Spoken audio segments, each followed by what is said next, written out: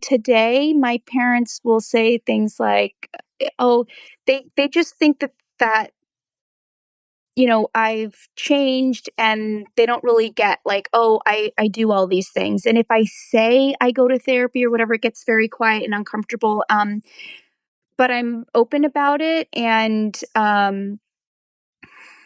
I think that I honestly it still makes them uncomfortable to talk about. It's Yeah. not something that's talked about. Hey y'all, what's going on? Welcome back to the Stacking Days podcast, where we highlight underrepresented journeys of sobriety. I'm your host, Ray Donovan, and I'm excited. Today we have Sweta joining us, and I'm really looking forward to getting into her story because I think that she kind of gets into some stigmas that we don't get an opportunity to talk about, even on this show, as often as we get together. So we're going to get into underrepresented journeys, her stigmas. We're going to get into kind of co-occurring, kind of maladies and disorders that she's fought back from. So without further ado, Sweta, thank you so much for joining the Stacking Days podcast. Thank you so much for having me. It is a complete honor and privilege to be able to share my story to help others. So I'm excited to share. Thank you. I'm looking forward to get into it. So let's do just that. We'll start this thing off the way that we usually do. Let's go back to the beginning. And I know we have a couple kind of monsters in the room that we're going to slay here over this course of this conversation. This podcast generally is about overcoming alcohol addiction, but I know that you have had other addictions. So I don't know if one preceded the other, but let's go back to the beginning, and at least with alcohol. How did your relationship with alcohol begin, and was it driven by some of the other issues that you had been struggling with? And I'll hand the mic over to you, and we can kind of go from there. Thank you. Yes, we can go all the way back to the beginning. So for me, I believe that alcoholism is something that runs in my family. I think there's different tiers to it. And I believe I'm just the garden variety. Once I start, I can't stop. Once it enters my system, I have no idea what's going to happen. And so I started drinking I was probably about 12 when I had my first drink.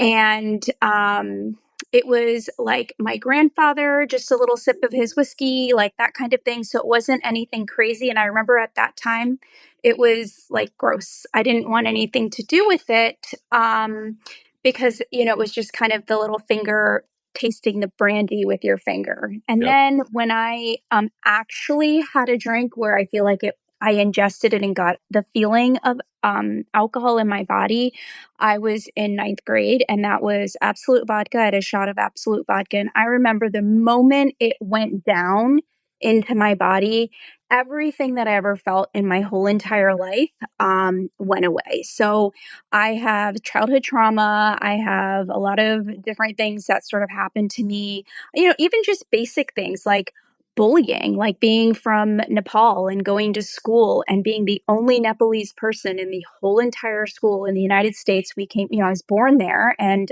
we moved to the United States, and I had an Australian accent because we jumped around a little bit.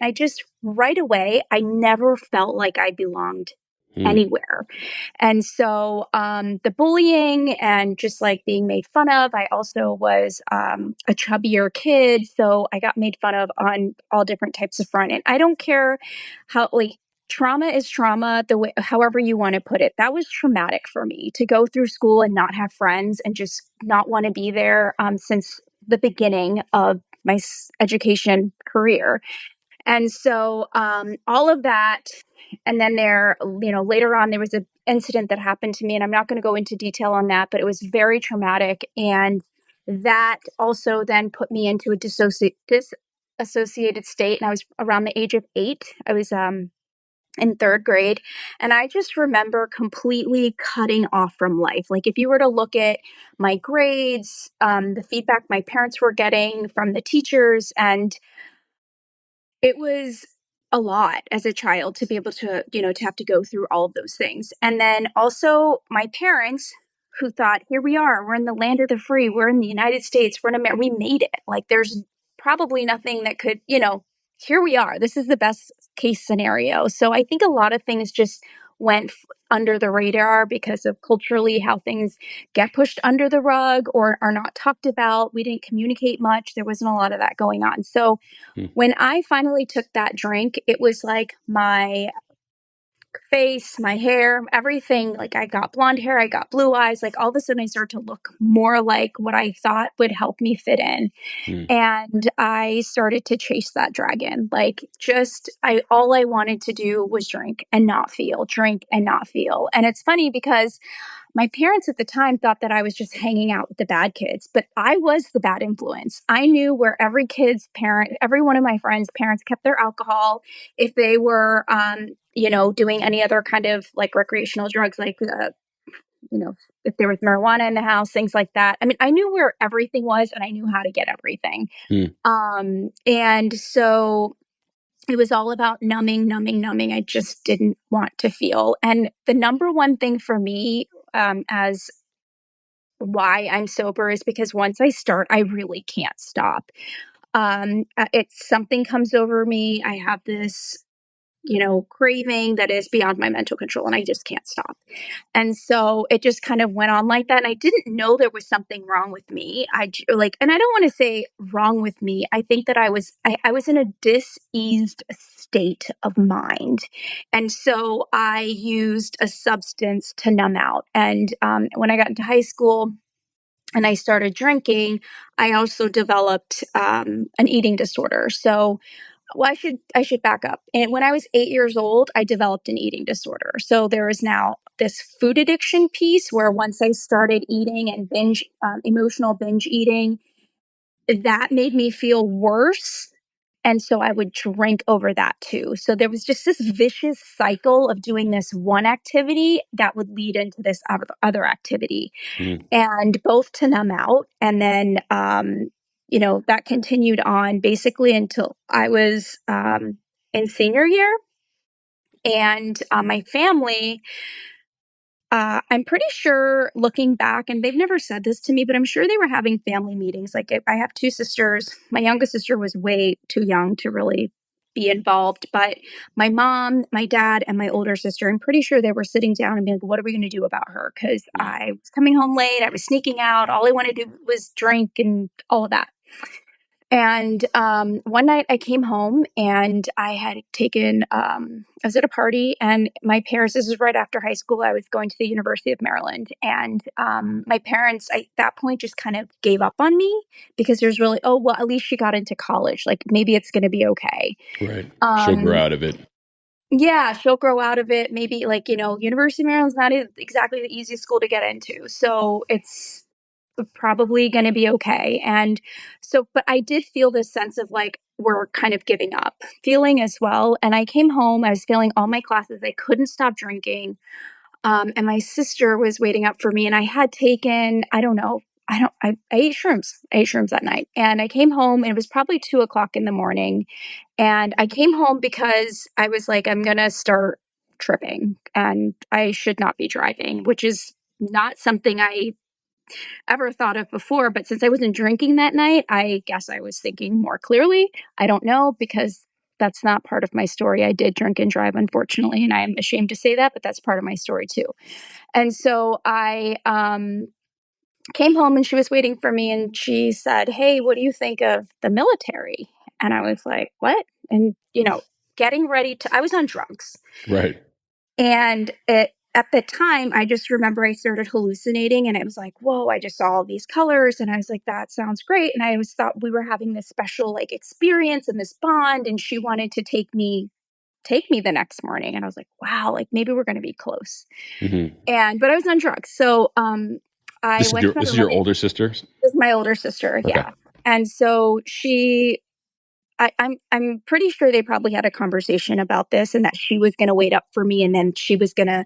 And so lucky for her, because I was on drugs, I said, that sounds great. And so we went the next day, and I, while tripping, signed my life away to the United States Marine Corps. And yeah, so I did that. 3 days later, they had me detox. They had me do all of this stuff. And I lied to them about my alcohol use and the the drugs and all of that. But when they give you a drug test, it came back that it was positive. So they had to do all of this stuff to clean it out. Mm-hmm. And I went to boot camp. And when my head started to clear up, I was thinking, yes, this is exactly what I want to do, because it will, in the paperwork, it said that it will turn you into a different person, that they will literally strip you of everything and turn you into this proud Marine. And I was like, well, that's what I need. They'll put me in boot camp and I'll come out and I'll be sober. Not only that, my eating disorder will be gone, and like my obsession with like being thin would be gone.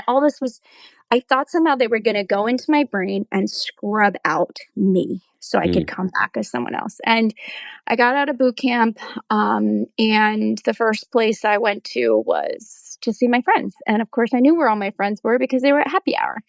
And nobody knew that I was gone. And so when I showed up, which is like typical for me, I always would run away and do something crazy and then show back up. And I showed up to this happy hour. I was gone for 3 months. My parents weren't telling anybody where I was. And all my friends were like, oh my God, she's been sent away or sent to Nepal and shipped off and locked away or Because you whatever. literally just disappeared I disappeared. Okay. I disappeared. I was hiding behind, like, those 3 days before I went into boot camp, I was hiding in the back of the cars in case like my friends would see me with these recruiters. I was like wearing hoodies. I didn't want I thought this was going to be it. I was going to come back somebody else. And I came back. I went to happy hour. They're like, oh my God, where have you been? I was like, oh, I'm a Marine. And they're like, wait, you joined the Marine Corps? And so it's just like craziness. And my Marine Corps career was insane because there was a lot of drinking there. Yeah, I was going to say, when you were recounting that, I was thinking, because I used to live and work in Washington, D.C., right off of 8th Street Northeast, right by the barracks and that was just a crazy scene because like, all the Marines would come down 8th Street and they'd be out all hours of the night, and I was like, this doesn't look like a very healthy environment to like become your best self. Not taking anything away from all the men and women who are out there, but it sounds like for someone who's going into it struggling with a substance, that is not the space to kind of remove yourself from the substance. So no, not at all. Things got worse really, really, really fast. I mean, now not only did I have freedom because I was away from, my parents and all of that, I mean, it was terrible. I drank every single day. I was drinking on the job. I would get caught drunk at work, and they would I was sent in. I blacked out a couple of times. They sent me into to see the therapist, and they put me on different types of antidepressants, and I would just drink with those. So then they had to take me off. I mean, it was terrible. It was terrible. My eating disorder was out of control. I was the heaviest I'd ever been.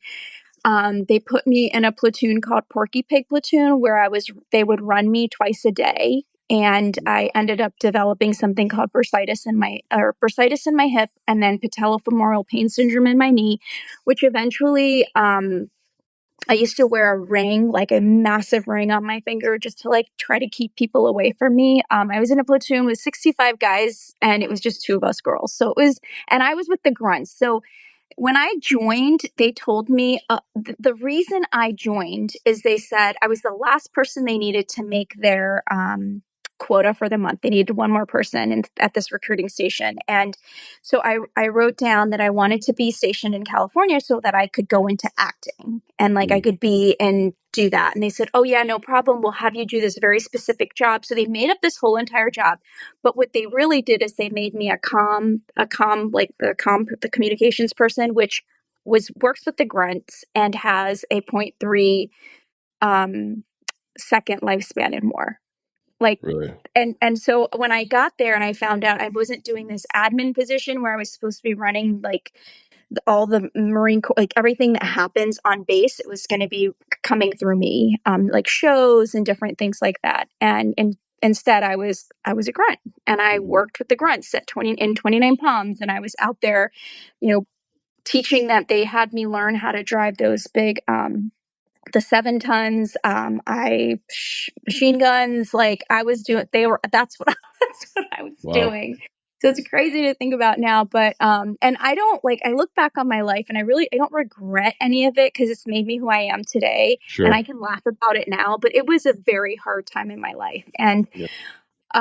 so I got out on medical discharge under honorable conditions because of the hip and the knee.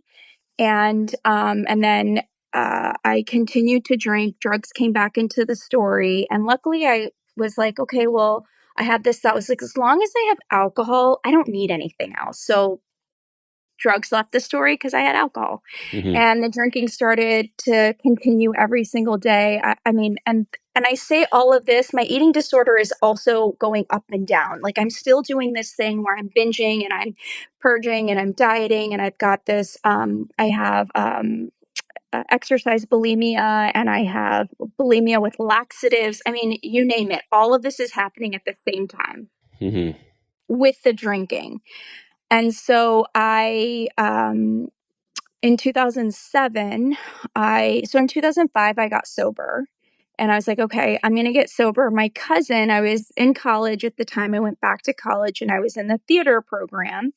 And my cousin who drank like me, and I found out he stopped drinking and we were really close, like so close. And I called him up and I had booked this awesome commercial in Malibu and I was out there and I destroyed the whole entire thing because I got the bartender to give me real vodka. Oh. So I blacked out. I don't remember On what set. happened on set. Okay. Yeah, it was bad. And it was probably it probably would have been a really great stepping stone for me because it was like Jennifer Aniston was in the commercial. And anyway, it happened. And I remember the next day I was in my acting class and I was running back and forth yet again, puking, in the toilet, like in the nasty public bathrooms at school. And I called my cousin. I had one of those Motorola flip phones, and I was like, I heard you were sober. And he was like, yeah. And I was bawling. And he was like, yeah. And he was like, I went to this place called AA. And I was like, what the hell is that? And he was like, okay, I'm going to find this place for you and you should go there. And I was like, okay, whatever. I don't care. I'll do anything. I'm desperate. And I stayed sober for a year and then I left and I drank. He and I were really close. And so that happened and I kind of on and off was drinking. And then in 2007, I like hit bottom. And for me, um, basically lost everything. And I called my parents and I was like, at the time I was in Colorado and I was like, they're like, what do you want? What do you need from us? And I was like, well, I want to go to California. Like, I want to actually, like, I want to get better. I want to try this. And my parents being the wonderful parents that they are, they were like, okay, come home and we'll get you a ticket and you can go live with your uncle and get an apartment and go, like, we'll help you. And so I did that and I drank again and again. And then finally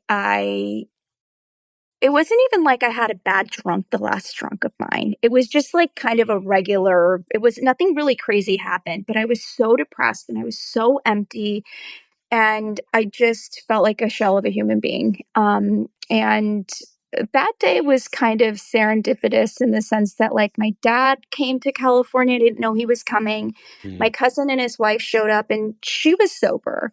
And she was like, okay, we're going to call this hotline. And I was with her, and I told them I was crying in the back seat that I had drank again. And my cousin was going off on me. You're such a coward. Like, how could you do this? Like, how can, and like, I don't think people who have like my condition understand that, like, once you start you can't stop, like this, like it's like has such a hold over, it has such a hold over me. Hmm. And I mean, I really am powerless over that substance. And um she had me call the hotline and I met this woman, Diane, who was a drug and alcohol counselor. And she helped me. She let me move in with her for a year. Like, she was Wow. like, you just got to get sober. She had 4 kids and a husband. And here I was living on her couch and I had a box to my name. She was like, you cannot stay at the house that you're staying in right now because the alcohol is flowing freely and you can't seem to not drink it. Yeah. So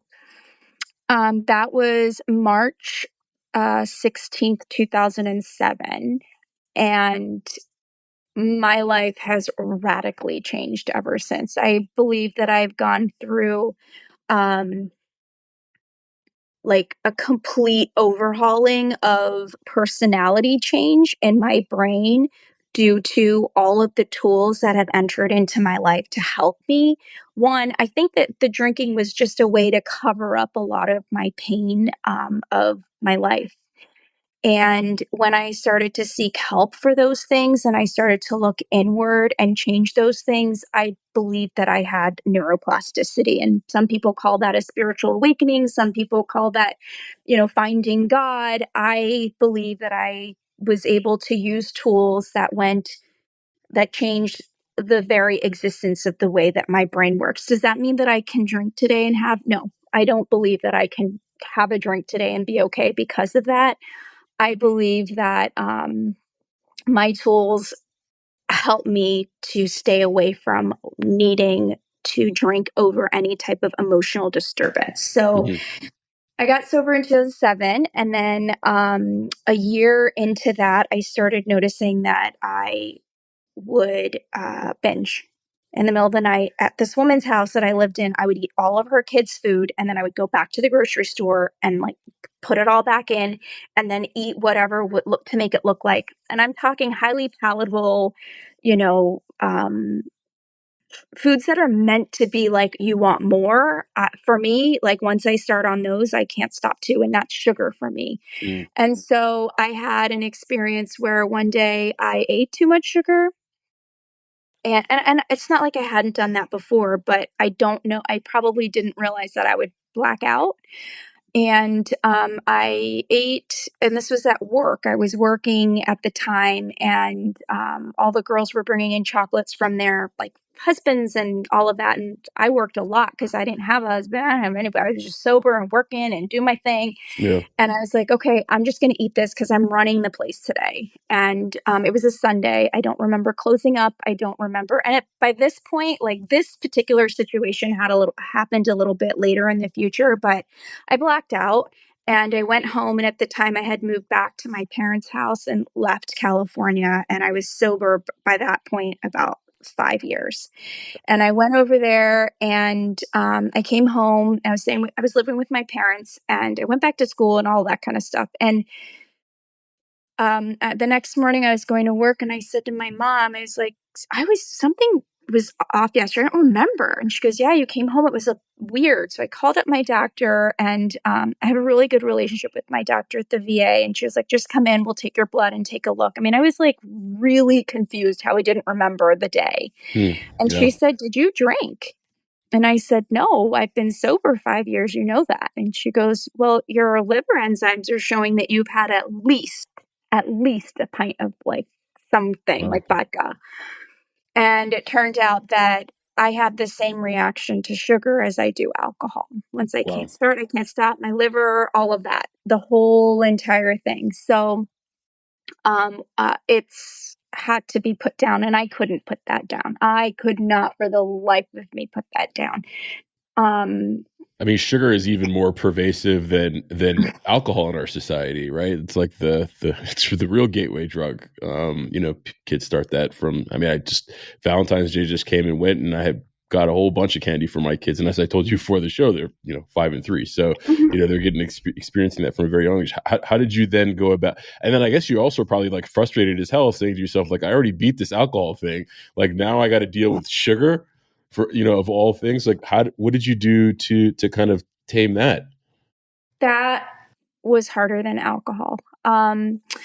I was like, okay, well, let me try. I mean, I tried everything, and eventually what worked for me was 12-step Okay. program. And I basically was like, this is mortifying. I can't believe, but my last food drunk was, several months after that. And what I'm about to tell you was a common occurrence for me. Okay. What I would do is I would wake up in the morning, and I'll give you kind of the addiction cycle on how this looked for me. I'd wake up in the morning and I'd be like, okay, today I'm not going to I'm going on my diet. I'm not going to eat these foods. I'm going to do this. I can do this. And then by like, let's say 11 o'clock in the afternoon, I'm like making it, I'm doing it. I haven't had sugar. And then by 11 o'clock in the afternoon, I'll feel like I'm doing good, but I'll like forget what happened the day before. Yep. And then I'll say, well, a little bit will be okay. I mean, like, seriously, what's a little bit of peanut butter that has sugar in it going to do to me? And then I would eat that, but then it would set off that craving and I would be off and running. So then by 12 o'clock, I'm starting to eat. It's okay. It's okay. I'm having this. I forget what it was like the night before. And then by 3 o'clock, I'm like full on, like, I'm having the F it's. Like, I'm like, F it. We'll start tomorrow. Yeah. And at some point, like, and then by the time I would come home from work and like, at work, I had access to, get whatever I wanted, buy whatever I wanted. And then I would, let's say around 6 o'clock, it would be full on. I would close the blinds. I would come home like someone who's using drugs. And I didn't know this at the time, but I would black out. Mm-hmm. And in between there, from work to home, because it was going to be my last time using, I would go from fast food restaurant to fast food restaurant to the 7-Elevens. I would be filling up the car with all of those highly palatable, sugary foods. And I would be thinking to myself, this is the last day. So this is the last, you got to get it all in. So I would hit up all of these and I would be, I Every mean, day. towards the end, I was doing this once a week. Okay. But there were a couple, it would happen about once or twice a week. But the driving around and it's going to be that type of obsession. But I would bring usually the food home. So now I'm driving in the car like a mad woman, drunk driving, right? Like I just need crying because I don't know which one to have for what do I eat? What's my last meal? Like, what is it? Right. And I didn't know, but I was blacking out every night. I would go to sleep and I would eat so much that I would black out. And I mean, I put on a lot of weight. And then finally I would wake up and I would go to this 12-step meeting at 6:45 in the morning. And I remember being in there and be like, this is, stupid and F you and F that to everybody in the room. Like, this might be good for you, but you don't know like what it's actually like. And Hmm. I started to listen to some people there eventually, but I finally did. And I don't know how, today I do believe in God. I have a higher power that I believe in. And it was like divine intervention somehow. Like I just put it down, and that was in 2012. And I haven't had It's it since. just cold turkey. How did you keep the alcohol and the eating disorder at bay when you're in this depressive state because of this cycle of addiction around sugar, which I'm assuming puts you in some pretty dark spaces where your judgment was probably very compromised on the one hand, and on the other hand, I'm sure that there's a lot of imaging issues that that are starting to resurface for you as well. How did you keep those pieces at bay, or were you also very much white knuckling the call of those demons as well as you were trying to exit? And I know that you talk about, you found a higher power, and you just one day dropped it all. But there must have been like this internal combustion going on inside of you at this point in time, and you probably didn't feel as though that you were going to get through like the eye of the storm. Can you just, lay that out for the audience? Yes, definitely. So there was a lot going on. I should probably say in the meantime, I'm also in trauma therapy. I went back into therapy when so I've gone in and out of therapy at the time. Like I got sober. I went into a trauma therapy program pretty early on in sobriety. And then that, plus having like the support group. So there's so much support out there now around eating disorders. I mean, there's just so much. So I built a support group for myself, a support system, I should say. So I Mm-hmm. had people I could go to. So, and I should say this, when I put the alcohol down, it was it didn't like that wasn't, I didn't even want that. Like the sugar was giving me more than, like, it wasn't something I thought okay, I'll take that back. Towards the end of my eating, I should say, my food addiction, towards the end of that, I did have thoughts of drinking. Okay. And I, at that point, had been trained to ask for help so much that before I drank, because I knew for me that the eating was going to take me back to the drinking. Mm-hmm. And at that Mm-hmm. point, it was like, I'm either going to live or I'm going to die. And those were my options. That's what it felt like. It was either like, I want to end this, or like maybe I can have a nice life. And I think I had enough hope. Again, because I was sober, I started to believe that there was definitely something in this world that was bigger than me, that was inside of me, that was a part of me, that was me. And I was in Mm-hmm. contact with that because I knew how to access it at that point. It was, I knew how to go there. And once I learned that it wasn't this outside thing and that it was an inside thing, I think I had enough hope that, like, I didn't want to drink.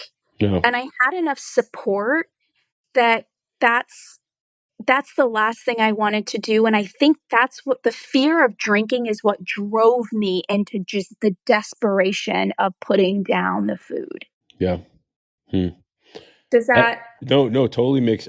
You've painted a really clear picture there. That makes a lot of sense. It by no means does it take away from the perception, at least that I have listening to your story, and to how challenging that probably was, because it sounds like that was a dialogue that was very much happening for you at the time, trying to like recognize this inner voice, trying to recognize what this, higher being meant to you, looking at what your life could look like. And then on the other side of this scale is the hope, right? That's anchoring you to move forward. I love that. I think it makes tons of sense. Hey guys, I hope you're enjoying the episode. If you are, we'd really love it if you could leave us a rating and a review on Apple Podcast or a rating on Spotify. And of course, please feel free to invite somebody into the conversation. If you feel like you have a story to share on the podcast, why not apply to be a guest? You can do so by completing the form on the podcast description or find it on stackanddays.com. That's stacknday's.com. But for now, let's jump back into the conversation. So you put down the sugar, right? Mhm. What does the day after that look like? What does the week after that look like, right? Are you I'm assuming detoxing to some degree from the actual sugar itself, but also your routine has been kind of upended, and now you're looking at yourself and saying, okay, well, how do I now start plugging these emotional, gaps that are now showing themselves because I'm not covering them up with anything that I had been in the past? I fully surrendered. I fully surrendered to that part of myself that knew how to do this. And I said, you know what? Today I'm going to listen to someone else. Mm-hmm. And I'm going to choose to take their action versus mine. And some of the actions that were told, the number one thing that I made my mantra, and I remember this clearly because it was my mantra for 6 months, was that everything, like, so my body, everything from here down didn't belong to me, that it belonged to that higher self, like that part of me who lived that way, that teenage self. Like, and at this point too, there's so much therapy involved. Like, I had tools on who is this part, like, and I'm still doing this type of work today, like Mm-hmm. deep, it's like layers. And it was like, okay, I'm going to listen to someone else. And this person was like, oh, this is what I did. And then another person was like, one meal at a time and life in between. And then I made it a priority to make my meals. Like, I remember driving home from work and having worked late, and people will not go to the bar, right? People will take all the alcohol out of their house or whatever that is. And it was like, for me, it was like, no, you don't have your sober foods in your house right now. you need to go to the grocery store. It's 9:55 at night. Like you need to go get your sober foods, and you need to make your foods for tomorrow so you don't accidentally take a bite of something that doesn't belong to you from the fridge at work and then Yep. end up, down that road again. And I knew that if I did, I would drink again. I knew that the pain of it was so great for me that I would want to drink again. And so I did that. And, one day turned into 6 months. And I remember, just being like, oh, my clothes are fitting looser. And that was, I think, a result of not eating that way. Obviously, I was never big. I was never a big person, but that helped, me to stay in a healthy, fit body. And I have a lot of boundaries. I put a lot of boundaries around food. And unfortunately, I was living with my parents. I was probably a jerk. I was a jerk. But I was like, you can't bring these in the house. Like, I got mad at my mom once, like really mad. And I later, sat down and have really made amends to my family for my behaviors in the past, and that's behind us now. But I remember throwing a fit in my late 20s because my mom brought peanut butter or sugar in the house. Poor thing. Like, Yeah. and it messed me up because I wanted to eat the whole thing, and then I wanted to, probably, Lord knows. But part of my story, too, is that in high school, and I skipped over this part, but I ended up doing this binge that I'm talking about. It was on Chinese food. This is right before I went into the Marines, and I went out and I had a fake ID, and I was like, oh, okay, I'll just drink until I throw up. And I drank so much. And I guess at some point I blacked out, and I wrote a letter to my family saying, goodbye. Mm. And my dad found it at 7 a.m. 7 a.m. He woke up around 7 in the morning, and he said that he saw a tiny little note sticking out from his door. And for some reason, he decided to get up and open it up. And he said he was too scared to open the door. My older sister had to go open the door. Wow. Ambulance came, the whole thing. If they hadn't found me, I wouldn't be here. Wow. So the food takes me to a really scary place. Yeah. I'm trying to picture your mom with this peanut butter in her hand and just, wondering to herself, like, what is it with the peanut? She probably just didn't even understand, right? It just didn't even have a clue as to where you were at, even though she was probably extremely thankful that you were where you were and not where you had been, still not necessarily recognizing that you still had some hurdles to cross over on. And then, yeah, that's palatable, that that recount of your dad not having the strength to come out of his own room for fear of what he would potentially find on the other side.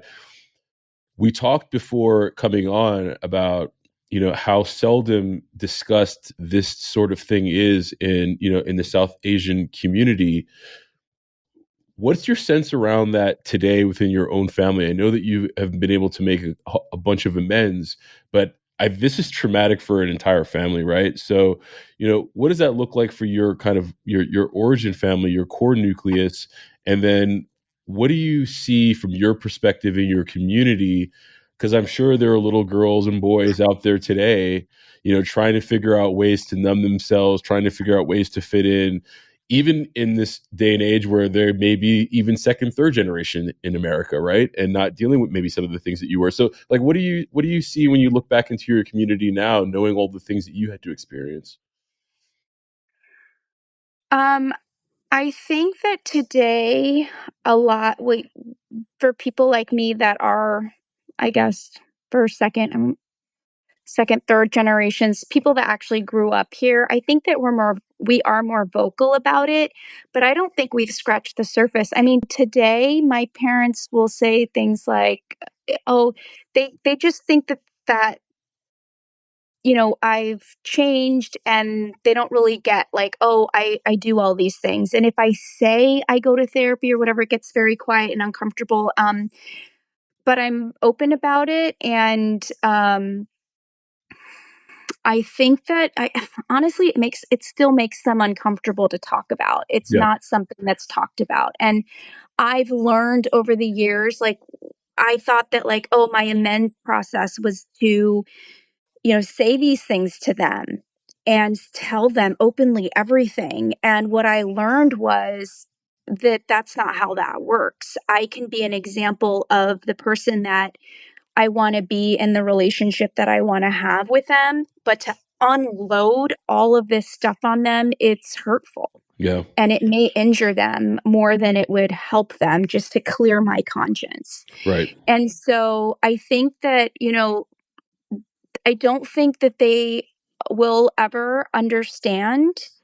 And I've made peace with that. But like, I do think that this particular thing is not even something people are aware of, like, that it's going on at all Yeah. in a lot of different cultures, but very much like, I know my grandmother had this. Yeah. I mean, I can look back in my history of just the family members that I've known, and I can be like, okay, we are riddled in with this in my and then for my and now it's just about being an example. If people see something and then they ask me, hey, I will tell them. But I don't freely go around and say, like, oh, so somebody asks me, I will say, yes, I don't do that because of whatever reasons. But it has happened to me because I'm pretty open about it, where people will say something to me. Or later on, I'll have a cousin or someone come and call me and say, hey, I remember you saying this and it's going on. Please don't tell anybody. Like, what should I do? Hmm. So when it comes to my family, um, I just try to be an example. Like, my kids know that I don't eat sugar, that it affects me in a negative way. And my kids also understand how, like, companies work. So, for instance, I'll give them an example. I'll be like, oh, okay. So, and we have all these foods in the house. I've got Oreo cookies and chocolate chip cookies and all that. I have freedom from that today. I Hmm. do not care for it. Just like alcohol, I can be around tons of alcohol. I am very much in the mommy wine culture, and I don't drink, and all the mommies know I don't. It doesn't bother me. I don't want it. I have definitely, the obsession for that has been removed. But I will let them know, like, okay, like, my son was crying once because he wanted to take this thing to school. I'm like, okay, fine, take it to school. And then I had a conversation with them where I was like, let's pretend we are the heads of, Chips Ahoy. And we were sitting around, and then my daughter was like, okay, yeah, I'm going to be the boss and you're going to be like, yes, okay. What should we do to this packaging that the next time the kids go into the store, they're going to scream for? Like, what should we do to this product to make? And right away, my son was like, we should put a lot of sugar in it. Hmm. And he knew. He was like, yeah, yeah. And then my daughter was like, and then we should put cartoon characters and whatever. And I was like, yeah, that's a good idea. And then that way, when the kids go in the school, we're going to make a lot of money, right? We'll make a lot of money off this product. And they're like, yeah. I was like, all right, you guys get it? So And I was simple. like, so simple. And then I took my finger into my mouth and I pulled myself into the pantry and I was like, what happened to me? What happened to me? I was like, and then my son was like, you're hooked, mommy. You're hooked like a fish. And I was like, yep. Wow. So just know that there's foods like that out there. Am I Yeah. telling you not to eat them? Nope. I'm Yeah. not telling you not to eat them. And then my daughter goes, you're the only one in this house that's not hooked, mommy. And I was like, yeah, but I'm not hooked because I was hooked. So that's how I explained it to them. I think it's extremely powerful that when you're in these positions to kind of start breaking some cycles, that you can reach forward, especially if you have children, you can reach forward and have those honest dialogues, right, based off of your own learnings. But it is so hard to reach back and pull those generations that are still existing on this planet today with you, into this reality that you fought so hard, and the space that you fought so hard to get into. And it just makes me think about like the broader ecosystem of like culture, right? And how sometimes culture is broken, just as there are certain aspects of ourselves as individuals were broken. And like silence is a coping mechanism, that families and use, and they have used for generations, to not deal with the pain that grandma perpetrated on the family, with the pain that grandpa and perpetrated on the family, and uncle this and auntie that. So it's tough to deal with. And when you're the child in this equation, trying to like teach up your parent or your grandparent, to your point, it's almost like, what, maybe this is just not, if they would have dealt with this in their time, maybe, if they could have Yeah. handled it, but it's Yeah. my burden to bear. And I'm going to educate the next generation, so that they know what being hooked could potentially even look like, and that's not a foreign concept to them, and they recognize how they're interacting with the world. So I hear you. Hats off to you on that. And your kids are incredibly sharp. They should be on Madison Avenue up in up in New York, working on ad campaigns for some of these guys. Thank you. Thank you. Yeah, actually I had like an old timer friend of mine say to me, I've known for years. I said, God, I just don't know. Like we had to live with my mom and my dad while we were building our new house, and they were so kind to let us stay there. And I mean, that's South Asian culture too. Like you can live with your parents if you want. And so we lived with them for 5 months. And I remember I told my mom, I am going to clean out the basement. I'm going to pay for all the things to get the basement settled so we can live there. She goes, how am I know you guys should stay upstairs. How am I going to be above my grandchildren? My grandchildren will be I said, no, I think it's best that we stay downstairs. Yeah. And then she, all of these like South Asian habits, and she's in her 60s, late 60s. And she wanted to know, like, for my husband, what should I make him? How I need to cook for him, right? We need to serve him. We need to, because he's a man. And I was like, he's fine. He can get his food. And she didn't know what to do with that. And I was getting really annoyed. And I was like, how am I going to deal with this? And this person said to me, your mom has been that way and lived that way for 65 Yeah. plus years of her life. Yeah. Help her do what she needs to do. And I said, oh my God, that's just such a different way to look at it. So I told my mom, I'm going to go to the grocery store. I bought all the things my husband likes to eat and what he eats for breakfast and everything. And I said, here's all the things that he likes. And it was almost like 10 pounds of weight just came off of her shoulders because she was like, oh, okay.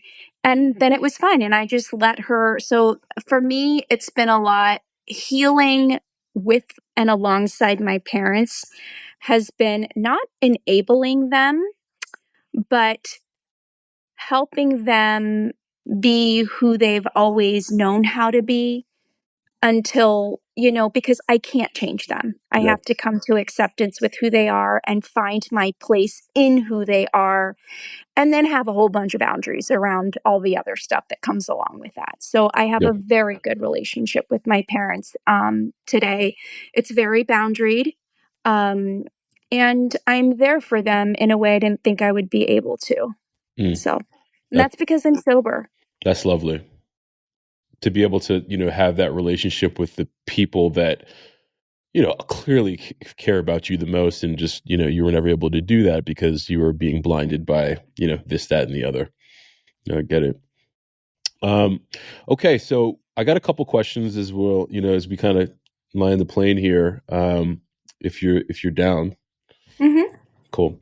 So, for someone who's sitting there and they're trying to, they're in, some of their darkest days, and and it could be any one of the things that we've talked about. It could be sugar, right? Even it could be alcohol, it could be drugs, but they don't necessarily know what the first step is, and they don't have a cousin that they can look to be like, hey, he's sober or she's sober. Let me reach out. What would you suggest to that person being their first step? So I think for me, the first step is to ask for help.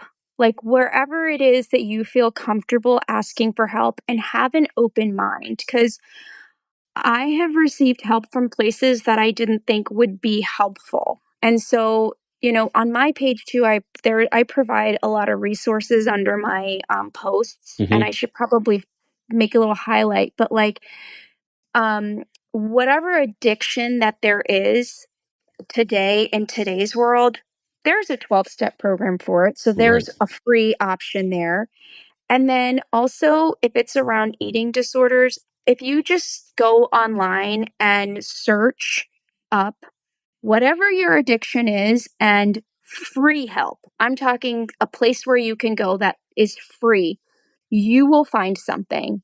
And I would say go with anything that you can get right Hmm. now. And then from there, you can choose what you resonate with. Because through my 17 years, well, I'll have 17 years in March, it's been a constant, evolution of things that I've learned through avenues, really, truly, that I didn't want to do. So, like a few years back, something came along, a type of therapy came along, and I was like, oh, that just, I don't want to do that. I'm in that therapy now. And it's changing my life. It's Hmm. deeper work, and it just allows me to. So, yes, take whatever help you can get. And if you have all the funds in the world, like, awesome, good for you. Like, use them. Use it. You're worth it. You're worth the money. Even if you don't, like, you're worth the money, but you don't even need money in today's world Yep. to find help. And it's everywhere. People are, I feel like, I don't know if it's a trend right now, but a lot of like sober seems to be kind of trendy. Yeah. But I think I think there's just a broad recognition that there is a lot of brokenness out there, and people are refusing to live that way, and and they don't want others to feel that way, and that's why we're in the space as well. So like it's very loud for us, but I think it's trickling out into mainstream. I mean, we it see it is. in a lot of different aspects, and especially how the younger generations are interacting with the world around them. So hopefully they can Yeah. preemptively avoid some of the stuff that we unknowingly got ourselves into, at their age. Yeah, they have access to seeing a lot more because of the internet. They have Yep. access of seeing what these things, and a lot of these kids nowadays, like we have a couple eighth graders and teenagers in the neighborhood, and they're just not into it. I mean, nobody smokes anymore. Yeah. Like that was cool back in the 90s, and it's not even a thing really. And the only people that I know that are still smoking are the people that I knew smoking back then. Yeah. But nobody else is really um, so yeah. There's something out there though, because it's like, at the end of the day, all of these like vices to our, our conversations are covering up, darker spots within ourselves, and those dark spots are going to continue to exist in the young people of our world. And so what are they going to turn to if they're not able to turn to family, adults, friends who are willing to have those conversations with them and help them work through things that they otherwise are not equipped to do so on their own? So I mean, I do agree, like the internet has helped, but I feel like as parents, and I think about this all the time, like what if it's not going to be alcohol? What is it that my child might potentially turn to because he's having such a hard time finding a friend group at school, or because she's having a hard time with her body image that is coming from outside of the house that I don't have any control over. So I don't know, it scares the hell out of me, Yeah, but it does to me too. And when it comes to the body image and all of that kind of stuff, like my number one thing with my kids, my son included, is it's all about, in our house, emotional regulation. mm, They have all kinds of tools for emotional regulating their emotions. And then also esteem, self-esteem. Like, what is self-esteem and how do you gain self-esteem? And teaching them that self-esteem comes from esteemable acts, not from the car that you drive and mm, the thing that you do. So from a young age, when we go to the grandparents' house, it's about, hey, did you ask grandma how you can help her? And then I'll ask them later on, how did you feel after you helped her? And you could sit down and play cards with her. How did that feel? Great, like it felt great. Or sometimes they'll say, well, it sucked. I'm like, okay, well, even if it sucked, I just want you to know you did something for her today that was really valuable, and money, you can't buy that with money. And you should be really proud of yourself. So, things like that. So they go into the world knowing what self-esteem looks like versus what I was, given, these the self-esteem I thought was going to come from having a certain body, having a certain car. I mean, that's what I'm undoing now.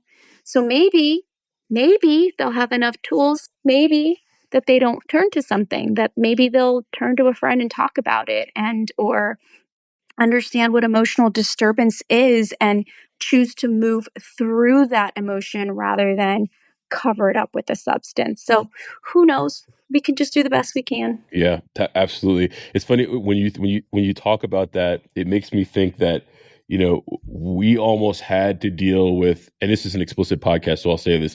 We almost had to deal with all of our shit so that we could have these conversations with our children, so that we can teach them the lessons that, that we're teaching our children. I would certainly not be able to otherwise, look at life through that lens and share that with them had I not been through some of the things that I've been through.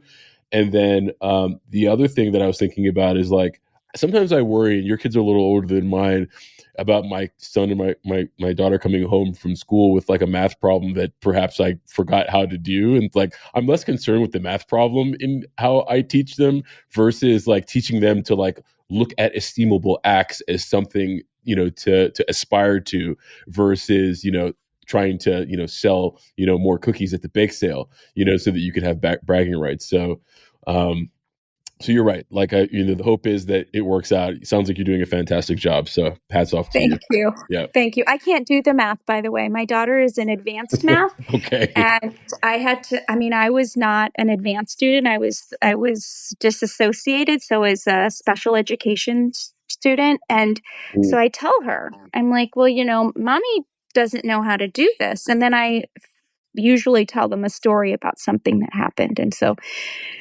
with me, and then they're like, oh, okay, well, how did you get through? I was like, well, that's why you guys learned a lot of the things that you learned at a young age through song. Because later on, I figured out, again, like through sobriety, when I was in college, I was able to ask for help with my classes. And then I found out I had debilitating dyslexia.